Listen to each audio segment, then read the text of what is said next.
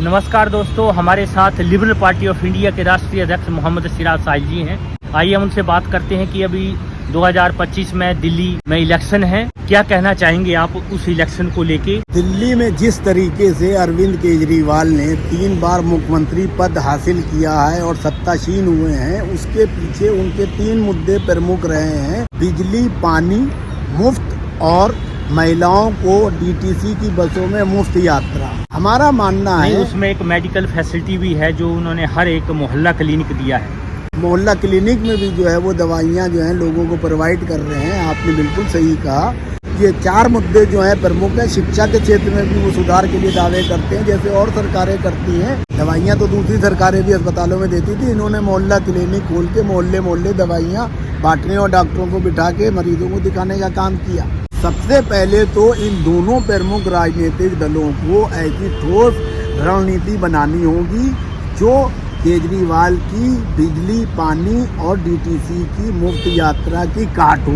ऐसे ही नहीं कि सिर्फ घोषणा कर दो कि वो 200 यूनिट दे रहे हैं तो मैं 400 दूंगा, वो 1700 लीटर पानी दे रहे हैं तो मैं 2500 दूंगा, वो डीटीसी में फ्री यात्रा करा रहे हैं तो मैं उसमें यात्रा के साथ साथ और कोई फैसिलिटी दूंगा।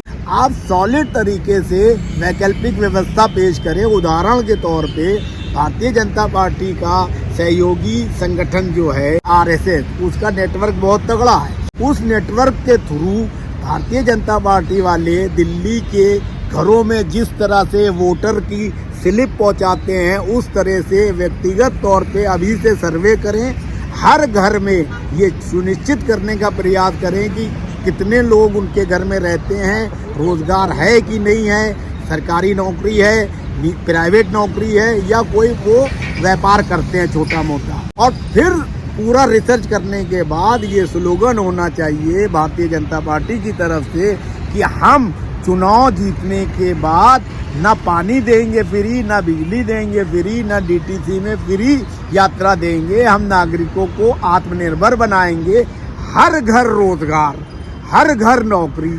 जिस घर में नौकरी नहीं है, जिस घर में रोजगार नहीं है, उस घर में हम उसको आत्मनिर्भर बनाएंगे। और जो लोग आत्मनिर्भर हैं वो लोग टिकट का भी किराया दें, क्योंकि राष्ट्र तभी मजबूत होगा, दिल्ली तभी मजबूत होगी। बिजली का बिल भी दें और पानी का भी बिल दें। हाँ, विकसित भारत के लिए बहुत जरूरी है। और हमारे यशस्वी प्रधानमंत्री विकसित भारत की जब बात करते हैं, 2047 की जो बात करते हैं, आप सही कह रहे हैं कि वो मील का पत्थर साबित होंगे। मैं वही कह रहा हूँ कि अगर भारत को जो है विकसित देश बनाना है तो पहले हमें एक एग्जाम्पल के तौर पे दिल्ली को तो विकसित बनाए।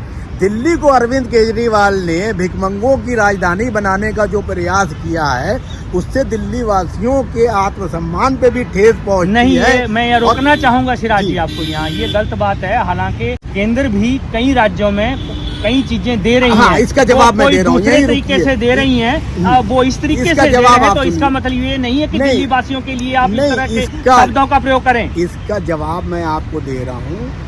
जो योजनाएं हैं वो जरूरतमंदों तक पहुंचाए सरकार। एटेंड्रम एनर्गल तरीके से किसी चीज की घोषणा कर देना।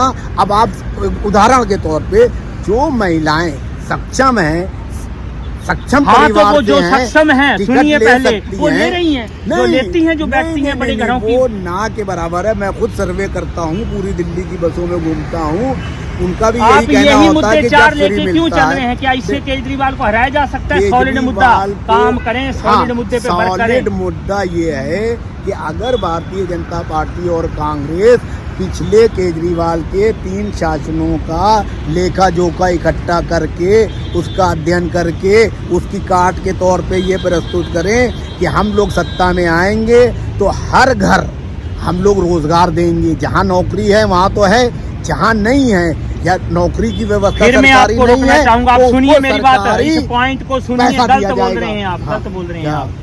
क्या जब इलेक्शन आना होता है तभी क्या केंद्र सरकार जो है जागृत होगी इसमें कि वो हर घर नौकरी दी जाए? अदर राज्यों में भी दे, क्यों दिल्ली को लेके आप महायुद्ध के डंका बजा रहे हैं? कहने का मतलब है कि एट प्रेजेंट जिस तरह का माहौल है दिल्ली में, खास तौर से अगर भारत का विश्व स्तर पर एक डंका बजाना है तो सबसे वो पहले डंका हमें मोदी जी दिल्ली बजा को- चुके हैं, यशस्वी प्रधानमंत्री हैं, पूरे वर्ल्ड में डंका बजा दिया है। अभी हमारा आंतरिक मामला है, इसमें हम आपस में लड़ना नहीं चाहिए। नहीं, अगर तो हमें- केजरीवाल के द्वारा दिल्ली विकसित हो रही है और विकास हो रही है आप तो सवाल ठीक है। कीजिए। केजरीवाल जो है दिल्ली को विकसित नहीं कर रहे हैं, दिल्ली को पूरी तरह अगर से वो भ्रमित विकसित नहीं कर रहे हैं तो चौथी बार कैसे वो फिर जो है सीएम बनने के जा रहे चौथी हैं। बार वो जो है सीएम बनने के सपने इसलिए देख रहे हैं क्योंकि केजरीवाल ने बहुत ही तरीके से कांग्रेस का जो परंपरागत वोट बैंक था, पिछले जो है 3 टर्म में जो है शीला जी मुख्यमंत्री थी,